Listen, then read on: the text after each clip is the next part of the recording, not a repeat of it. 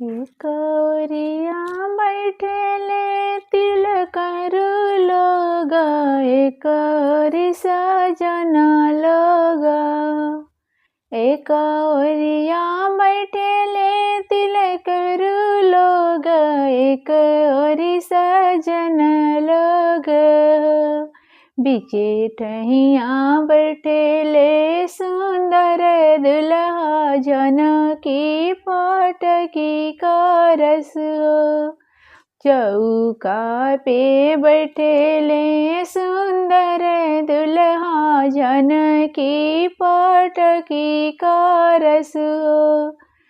गौरी के बोलेले दुल्हा के पापा, सुनिए दुल्हन के पापा हो।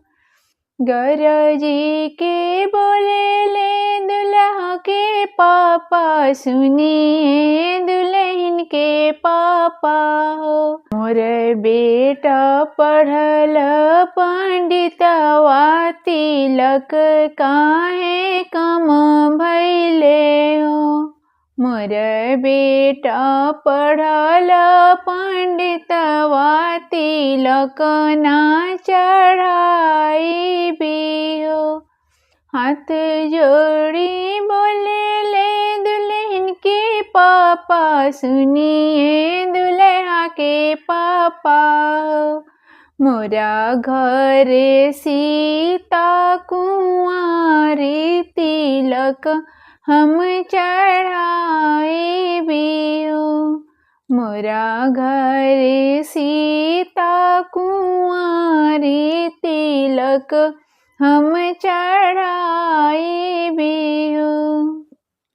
एक ओरिया बैठेले तिलकरू सब, एक ओरी सजना सब हो।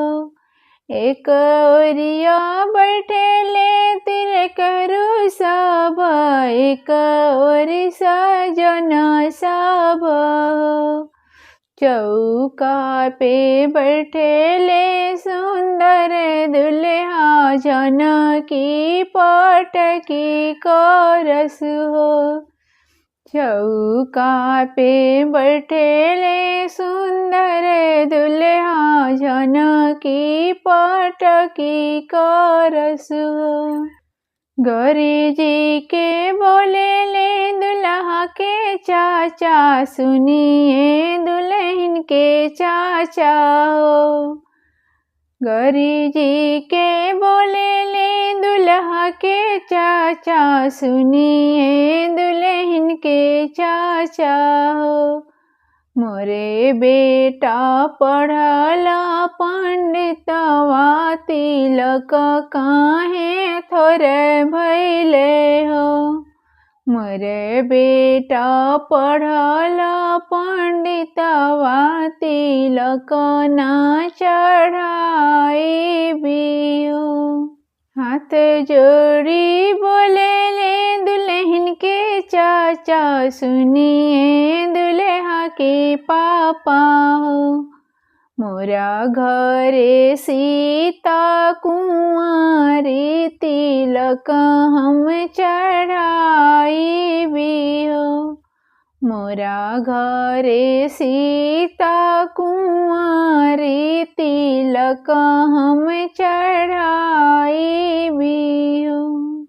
एक ओरिया बैठेले तिलकरू सब, एक ओरी सजना सब हो। एक ओरिया बैठेले तिलकरू सब, एक ओरी सजना सब हो।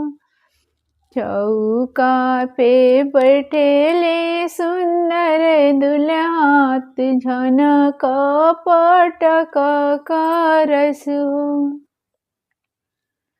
चौका पे बैठेले सुंदर दुल्हा, जनक पटक करस हो।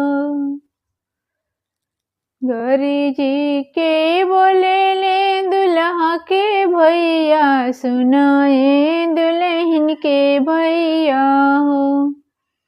गौरी जी के बोलेले भैया सुनिए दुल्हन के भैया हो। मोरे भैया पढ़ल पंडितवा तिलक काहे कम भइले हो। मोरे भैया पढ़ल पंडितवा तिलक काहे थोर भइले हो।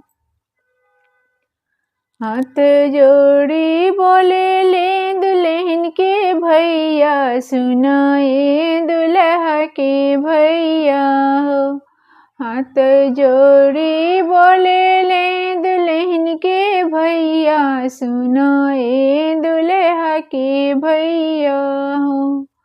मोरे घर सीता कुंवारी तिलक हम चढ़ाई भी हो। मोरे घरे सीता कुंवारी तिलक हम चढ़ाई भी हो।